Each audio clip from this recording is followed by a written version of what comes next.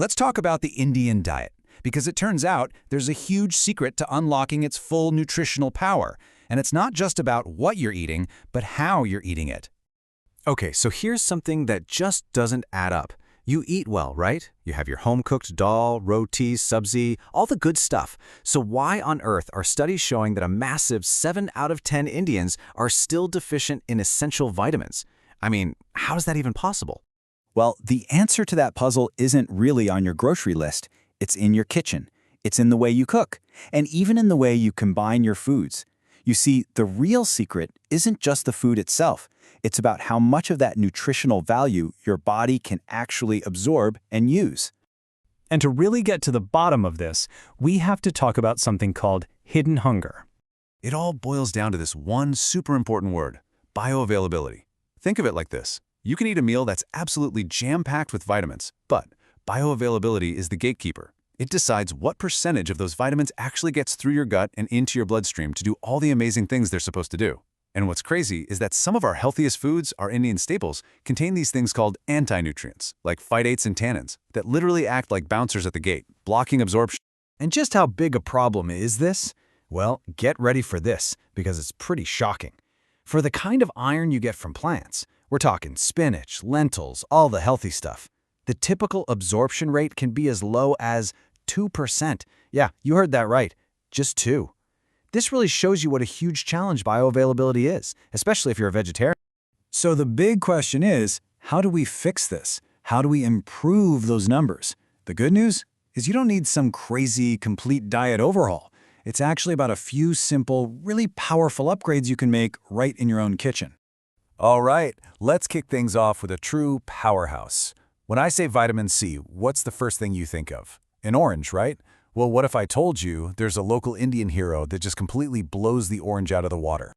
I mean, just look at this comparison. Amla, the good old Indian gooseberry, packs an incredible 600 milligrams of vitamin C for every 100 grams. An orange has about 50. That's more than 10 times the vitamin C. And the best part? The vitamin C in amla is super stable, so it hangs around even when you dry it or preserve it. Okay, next up, vitamin D. This one is a huge challenge, especially for vegetarians. But check this out. This is a fantastic biohack. Think of mushrooms as little natural solar panels. All you do is take some button or shiitake mushrooms, leave them out in the direct midday sun for about an hour, and boom, their own chemistry converts a compound inside them into vitamin D2. It's an amazing way to boost their content. All right, time to bust a really common myth. A lot of us think that fermented foods like idli and dosa are loaded with vitamin B12. But the research is pretty clear on this. They have almost zero active B12. That's the kind our bodies can actually use. So for vegetarians, your best bet, your most reliable sources are still going to be dairy products like milk and paneer. You know, sometimes our grandmothers really did know best. And this is a perfect example where that traditional wisdom is totally backed by science. Remember that old heavy cast iron pot, the lohe ki kadai? Well, it turns out that when you cook something acidic in it, like a tomato curry or a sambar, some of the iron actually leaches from the pot right into your food.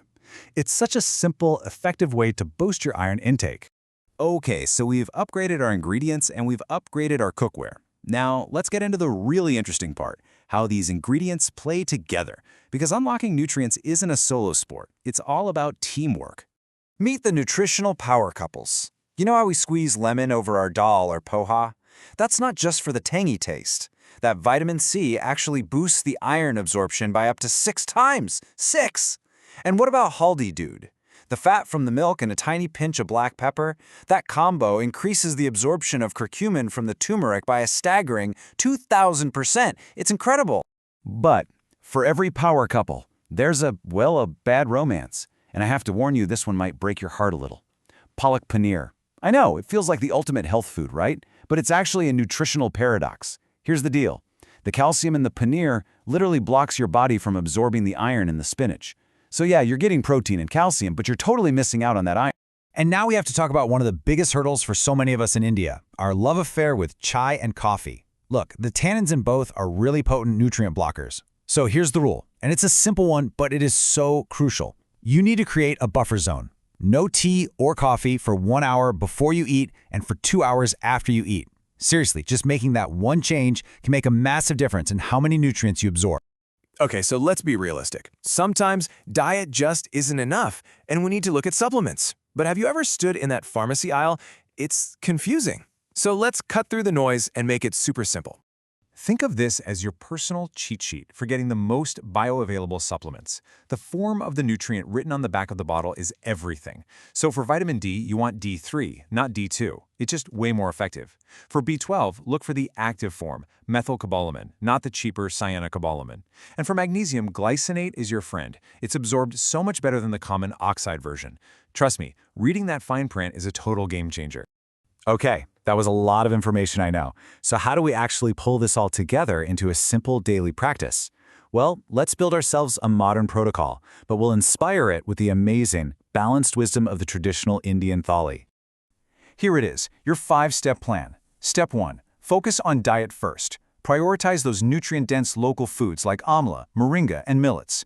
2. Cook smart. Steam your veggies. Break out that iron pot. 3. Manage those interactions. Remember, iron plus vitamin C is a yes, tea with meals is a no. 4. Think about strategic fortification. Something as simple as using fortified salt can help. And finally, step 5. If you're a vegetarian, you've got to be proactive and supplement with B12 and D3. See? It's a whole approach, all working together. You know, when it all comes down to it, the plate of food you eat every day is one of the most powerful tools you have for your health. It's not magic, the science is clear, and honestly, the traditional wisdom has been pointing us in this direction all along. So the only real question left is, are you using that power wisely?